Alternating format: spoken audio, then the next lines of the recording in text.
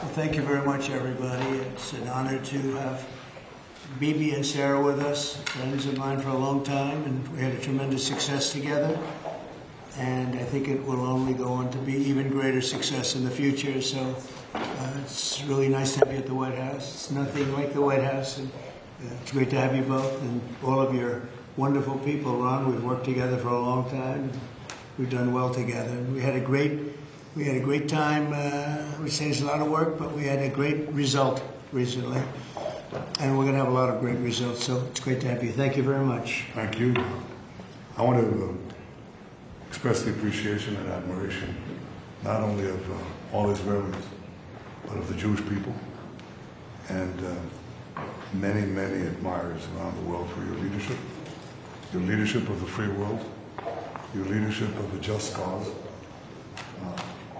and the pursuit of peace and security which you're leading in many lands, but now especially in the Middle East. We have great opportunities. The President has an extraordinary team, and I think our teams together make an extraordinary combination to meet challenges and seize opportunities.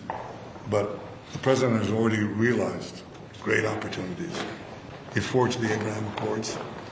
He's forging peace as we speak in one country, in one region after the other. So I want to present to you, Mr. President, the letter I sent to the Nobel Prize Committee. It's nominating you for the Peace Prize, which is well deserved, and you should get it. Thank you very much. This I didn't know. Well, thank you very much.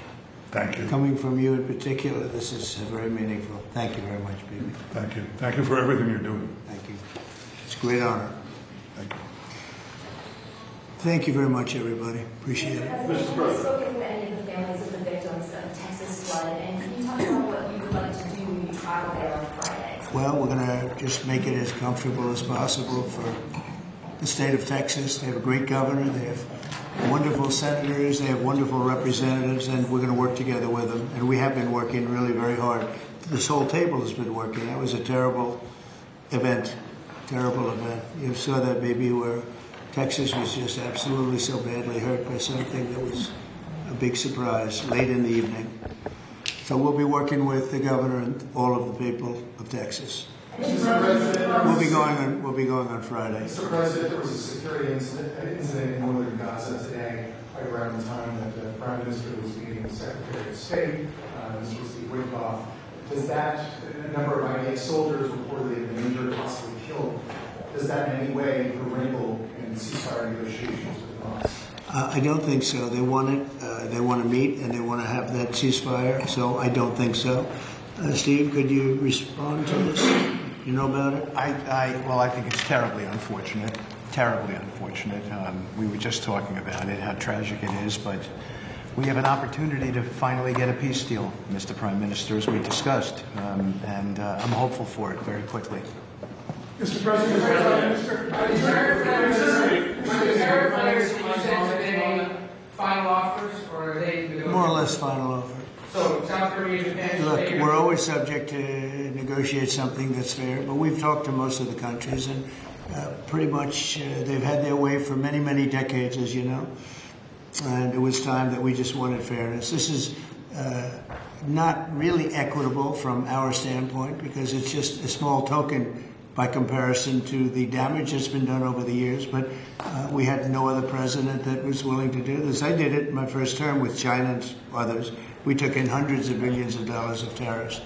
No inflation, the most successful period of time that we've ever had financially in the country. The first term. I think this term is going to be much better, even much better than that. That was the best ever, and this is going to be, I think, substantially better. And we're on the way to doing that. We've already taken in over $100 billion worth of tariffs, and we haven't even started. And all I say to the other countries is, you know, some of them wanted to make a deal and wanted to be fair. Others perhaps got a little bit spoiled. They were a little bit spoiled because for 30, 40 years, 50 years, they were taking advantage of the country. So we're going to, I would say final, but if they call with a different offer, and if I like it, we'll do it. And the August deadline, is the August one like firm now? Is that it? I would say firm, and No, I would say firm, but not 100% firm. If they call up and they say, would like to do something a different way, we're going to be open to that. But essentially, that's the way it is right now. Yeah. Mr. President, is your Palestinian relocation plan still on the table? Is there a plan? Has there been any progress in finding countries to accept? Maybe why don't I let you answer that question? Mr. President, Wait a minute, wait, he's got to answer that. Oh, I'm sorry. I think President Trump had a brilliant vision. It's called free choice. You know, if people want to stay, they can stay. But if they want to leave, they should be able to leave. It shouldn't be a prison. It should be an open place and give people a free choice. We're working with the United States very closely about finding countries that will seek to realize what they always say, that they want to give the Palestinians a better future. And those who, and I think we're getting close to finding several countries, and I think this will give, again, the freedom to choose. Palestinians should have it, and I hope that we can secure it close by. And we've had great cooperation from surrounding Israel, surrounding countries, great cooperation from every single one of them. So something good will happen. Brian, did you have something? Mr. President, you've mentioned before you want to go down with your legacy as a peacemaker. Are we in the last chapter of closing out peace amongst this conflict now and all the other ones that we're working on? Well, I hope so. Look, we did a job with India and Pakistan and Serbia, Kosovo, Rwanda, and the Congo, and this was all over the last 3 weeks or so, Marco, right? We did, and others that were ready to fight, and we stopped a lot of fights. I think a very big one, frankly, a very, very big one was India and Pakistan, and we stopped that over trade. We're dealing with India and we're dealing with Pakistan, and we say we're not going to be dealing with you at all if you're going to fight. And they were maybe at a nuclear stage, at both nuclear powers. And I think stopping that was very important. We're trying to help out with a Biden-created monster, this whole thing that's happening with Russia and Ukraine. It's a horrible thing, and I'm not happy with President Putin at all. But this is something that would have never happened if I were president. This is a war that was never going to happen. Go ahead, Bruce. I was going to say, how would you address your critics that in the election they said that you would cause the next World War III, when in fact you're solving all the problems? I'm stopping wars. I'm stopping wars. And I hate to see people killed. Like, as an example, Ukraine and Russia. They're not Americans there being killed. They're not Israeli that are being killed. These are all Russians and all Ukrainians. But it's 5,000, maybe 7,000 last week, 7,500 last week, mostly soldiers. But people in towns and cities that are getting hit. But mostly death is mostly soldiers. Now, so they don't come from here, but it's 7,000 last week souls. And if I can stop that, they have parents and they have sisters and brothers and getting married, and who knows, they're just people, but they're souls. And if I can stop a war, because I have an ability to do so, I'm disappointed, frankly, that President Putin hasn't stopped. I'm not happy about it either. Mr. President, on the Iran talks, can you say if you scheduled the next round of Iran talks, and then also on strike? We have scheduled Iran talks, and they want to talk. They took a big drubbing. I think when we hit the 3 sites, really, I would say the 3 sites, not just the one. The one was a big one, and it was deep in granite, and it was obliterated. It turned out the Atomic Energy Commission said it is obliterated.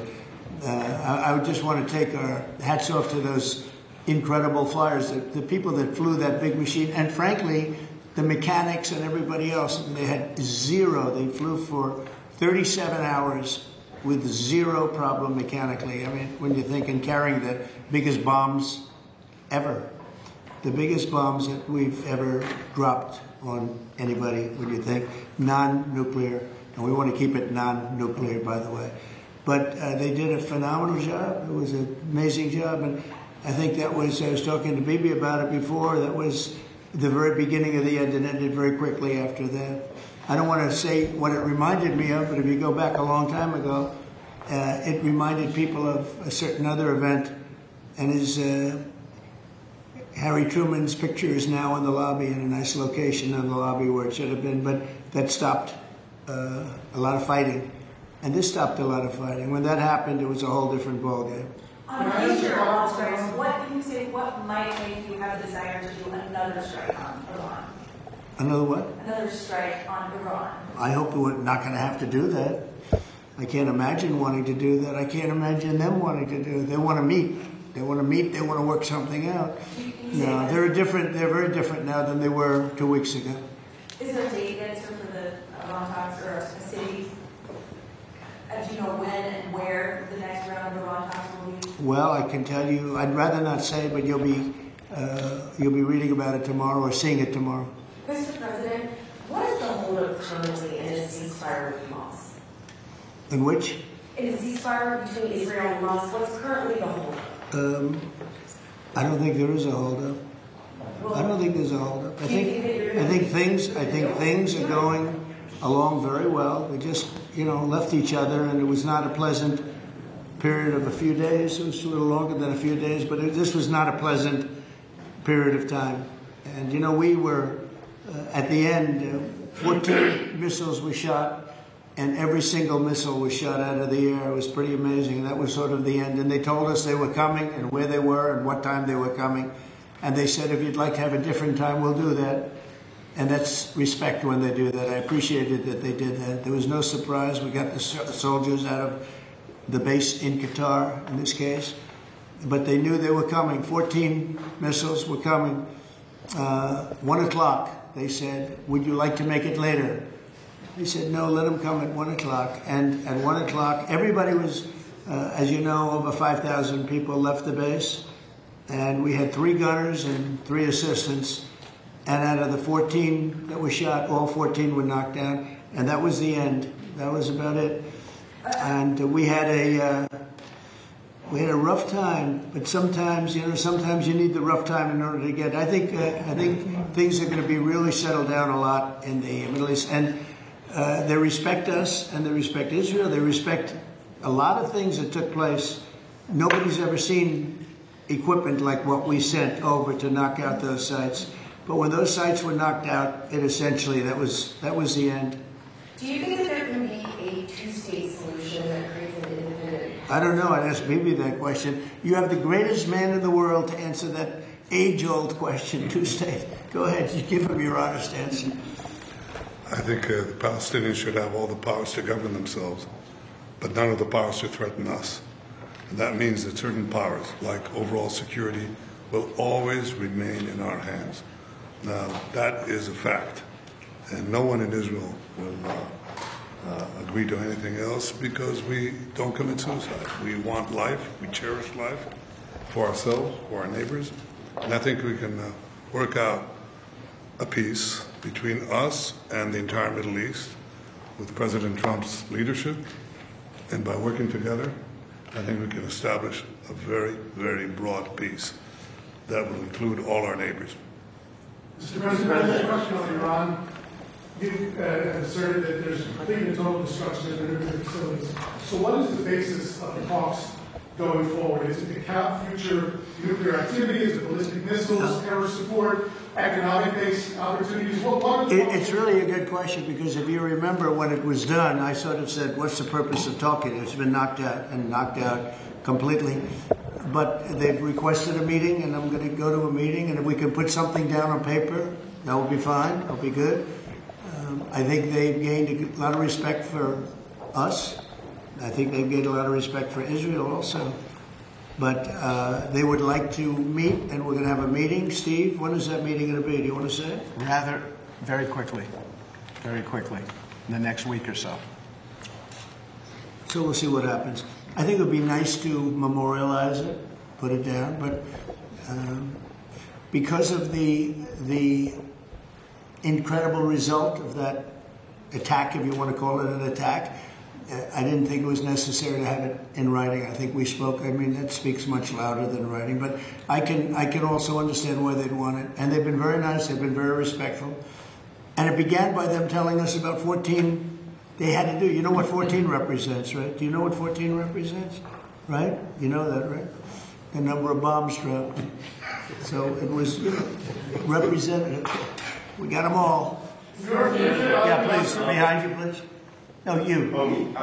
So this is a question to the Prime Minister. The likely next mayor of New York City, Zoran Montan, the Democratic Socialist, the vocal critic of Israel and of yourself, and has said he would arrest you if you came to New York City if he was mayor. Is that something you take seriously, or are you concerned about that? Do you have a response to that? No, I'm not concerned about that.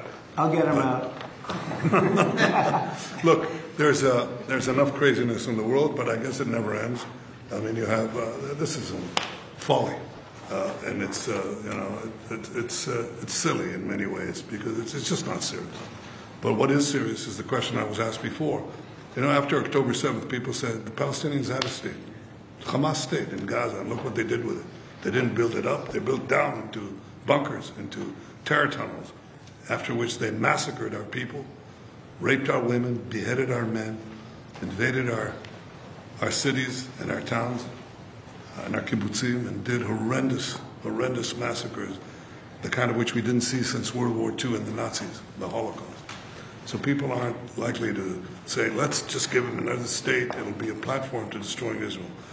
We'll work out a peace with our Palestinian neighbors, those who don't want to destroy us, and we'll work out a peace in which our security, the sovereign power of security, always remains in our hands. Now people will say it's not a complete state, it's not a state, it's not that. We don't care. We've vowed never again. Never again is now. It's not going to happen again. So we'll see you in New York next year? Oh, well, look, I'm going to come there with President Trump, and we'll see how do you know who the mayor will be? I don't know that. You know that? He's going to be very fine, and who knows, we don't know who the mayor's going to be yet. But this is a communist. He's not a socialist, he's a communist. And he said some really bad things about Jewish people, and he said some really bad things about a lot of people. And I think he's going through a little bit of a honeymoon right now, but he might make it. But, it all comes through the White House. He needs the money through the White House. He needs a lot. He's going to behave. He'll behave. He better behave, otherwise he's going to have big problems. But it's a philosophy that this country is not ready for, and it never will be. By the way, we have a man with us who thought this was going to be a very glamorous, easy job. He's the ambassador to Israel, Mike Huckabee, former governor, former everything. I'd say he's a former everything, and respected and loved by everybody. And he loves Israel. He loves the state of Israel, and nobody loves it much more. And he's not Jewish, and he loves Israel. And he wanted to be there. I said, Mike, it could be dangerous. No. Well, at least I was right about that. He was in every bunker you can be in. He was running around from bunker to bunker, but he's still with us, fortunately, and he's done a great job. Would you say a few words, Mike? Just want to say what an honor it is to serve you, Mr. President, and to see a historic horizon that we're looking at in the Middle East. And when the President made his trip to the Middle East, and then he really reached out to the new Syrian government, knowing they needed the partner, and knowing that they could pick the wrong partner. And what the President did, which took us all off guard, but the strategic move in that has set up something that is absolutely historic. And Mr. President, I don't even think you fully comprehend the impact that you're having on the region in a way that is so remarkable. And it was your leadership, your foresight, you did that. When the B-2s went in, the celebration, the sense of partnership that you gave with the Israeli people was so dramatic. But the message was bigger than to Israel. It was a message to the world. America's friends can trust us, but America's foes had better fear us. And that is a message that the President sent to everyone on the planet. And it is a message that will resonate toward a matter of peace, the likes of which I don't think we've ever seen. So thank you. Great job you're doing. Thank you. They love you over there. They respect him and they love him. It's very, very interesting. We had the pilots here yesterday, as you know, and they were incredible. And we also had the mechanics. We had a lot of people here that had to do, I think about 170 people that had to do with that incredible journey. a journey that could have been horrible. You remember what happened with Jimmy Carter, with the helicopters and all of the problems, and ultimately hostages. We had the exact opposite. Everything was perfect. It worked perfectly. But I didn't realize, I was saying to one, is this something that you felt strongly about? Absolutely, sir. I couldn't wait. I said, better than you, really better you than me. But they couldn't wait. He said, sir, we've been practicing for this mission for more than 20 years. From just after 2000, they've been thinking and practicing to go into that area. I guess you probably know that better than anybody, Pete. They've been looking at going in, but they never had a president that would allow them to do it. And perhaps right, perhaps wrong. I don't know if that's true or not, but I didn't realize they were preparing for that journey from just a little bit after 2000, the year 2000. And I was pretty amazed by that. They knew it. They knew every inch of it. And they came back and they said, we got it better than we ever did in practice. But they've been practicing for more than 20 years. Can you imagine? Yeah. On Ukraine, Mr. President, are you planning to send more weapons to Ukraine? We're going to send some more weapons. We have to. They have to be able to defend themselves. They're getting hit very hard now. They're getting hit very hard. We're going to have to send more weapons. Yeah, defensive weapons primarily, but they're getting hit very, very hard. So many people are dying in that mess. Mr. President, the one big beautiful bill now signed into law by you. What would you like congressional Republicans to turn against? All they have to do now is talk about how good it is. The biggest tax cuts ever. No tax on tips. No tax on Social Security. Think of it. No tax on overtime. From a business standpoint, the jobs are coming in like we've never seen them before. As soon as that was signed, there were 9 factories that announced that they were building the one-year deductibility, you know, things that from a business standpoint you'd understand. The jobs that are being created. And one of the things that is, and this is also that, but it's also because of the tariffs, a tremendous success. We're taking in hundreds of billions of dollars in tariffs. One of the things that is so exciting is the number of companies and car companies where they're building plants. AI is the big thing. We have over $15 trillion announced already, and it's been, I mean, really, I would say it's been during the last 3 months, but we're here for a short period of time, and some administrations never had anywhere near that number for a whole term, probably for a whole 2 terms. But we're up to over $15 trillion coming into our country. There's never been anything like it anywhere in the world. There's never been an investment like that anywhere in the world. We, look, I told this story, and I just told it to Bibi. Backstage, I was talking to him, and I said, you know, the King of Saudi Arabia, smart guy, and also we went to Qatar, and we went to UAE. Really 3 strong leaders, smart guys. They all told me the same thing, and then that was reiterated at NATO just recently when we got back, where they agreed to spend $1 trillion a year, by the way, which is about 3 times what they were spending. But they all said the same thing. We thought your country was dead. Horrible term, right? We thought the United States of America was dead, and now you're presiding over the hottest country anywhere in the world. We're the hottest country in the world. I think Bibi would admit it, even hotter than Israel, though Israel was pretty hot about a week ago, I can tell you, for the wrong reasons. But we are the hottest country in the world right now, and it happened faster than anybody thought possible. But we have over $15 trillion, and that means jobs, and that means building, and that means things like we've never seen before. So all we can do is keep working hard. There'll be always surprises. Some of the surprises are going to be bad surprises. In your view, is the war between Israel and Iran over, or do those talks need to happen before you can? Well, I would say that the best man to answer that is the Prime Minister. But I will tell you that, in my view, I hope it's over. Yeah, I think Iran wants to meet. I think they want to make peace, and I'm all for it. Now, if that's not the case, we are ready, willing, and able. But I don't think we're going to have to be. But I think Bibi would answer that question very well. I think the partnership between Israel and the United States, the partnership between President Trump and me, produced a historic victory. It's an incredible victory, actually. It brought the greatest capabilities of the United States that are unmatched with the great capabilities of Israel and the army of Israel, pilots of Israel, soldiers of Israel, and the Mossad. And the combination of these two extraordinary capacities produced a decisive result. It set back the two tumors that were threatening the life of Israel, the nuclear tumor and the ballistic missile tumor, because they were planning to build 20,000 of these things and launch it on a country the size of New Jersey. And no country could withstand that. So what do you do when you have two things that are going to kill you? You have to remove them. With our combined effort, we did. But when you remove a tumor, doesn't mean that it can't come back. You have to constantly monitor the situation to make sure that there's no attempt to bring it back.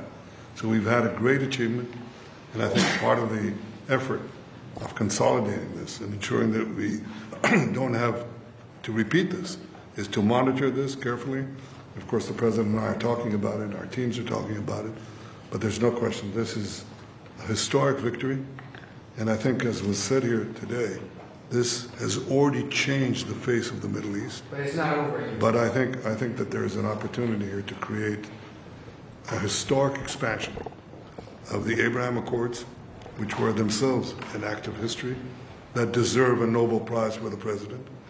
But I think the opportunities are much bigger, and I hope, I'd like to believe, that Iran would not test our fortitude, because it would be a mistake. It's better to go a different way. Do you believe the regime change is still necessary here? But I think it's up to the people of Iran. Mr. Prime Minister, speaking on Syria, the Trump administration was fully supportive of the changes in Syria, backing the new regime there. Obviously, your government more cautious from a security standpoint. Are you comfortable with the pace of change, with the security situation vis-a-vis Syria right now? I think there's an opportunity to explore. I think that everyone understands that the situation has changed. Before that, Iran was essentially running Syria, okay, directly through Hezbollah. Hezbollah has been brought to its knees. Iran is out of the picture. So I think this presents opportunities for stability, for security, and eventually for peace. And I think that's been opened up also by the fact that the President has opened up a channel. So they have something. There's a lot to lose by going back to conflict. And there's a lot to gain by moving towards peace. And I think that opportunity has been opened by the President and by the changed security situation which we brought about with the collapse of the Assad regime. Are there direct talks with the Assad government? Now, let's suppose there were. Would I answer yes? No, right? That's my duty to ask. Well, it's your duty to ask, and my duty to ask you back. So. You know, at the request of a lot of countries in the surrounding area of the Middle East, including Bibi, we took the sanctions off Syria, and I met the new leader. I was very impressed by him. Somebody said, well, he comes from a very tough background. I said, well, you know, I'm not that surprised. It's a tough part of the world.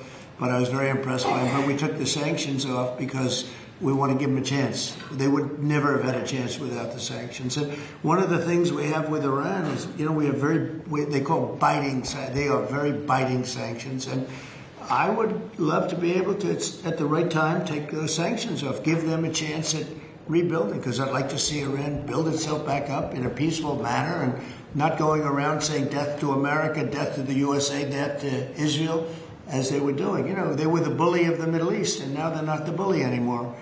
But they were saying terrible things, and I would like to see them.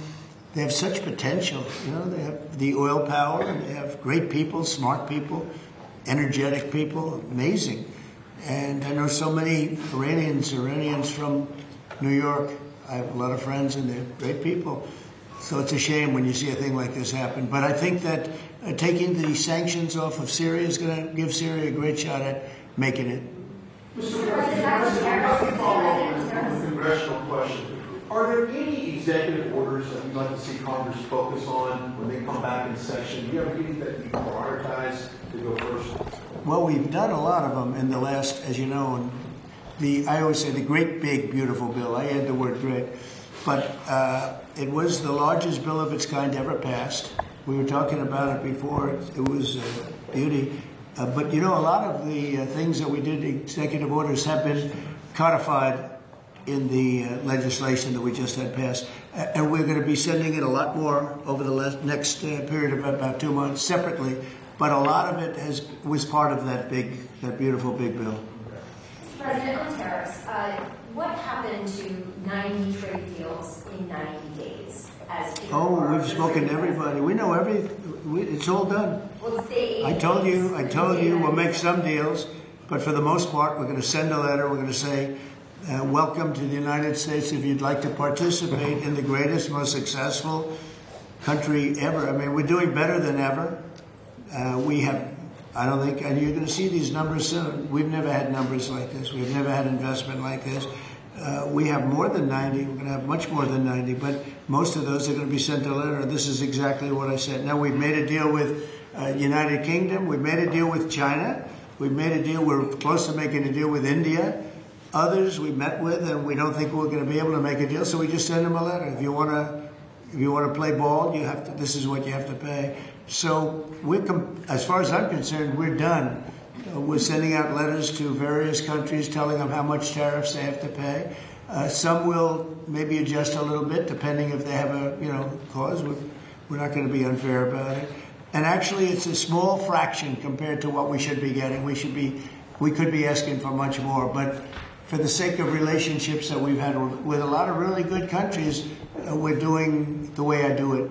But we could be getting a lot more. We could ask for a lot more than what we're asking for. We're saying we're done because you're sending the letters to follow what Ed asked earlier.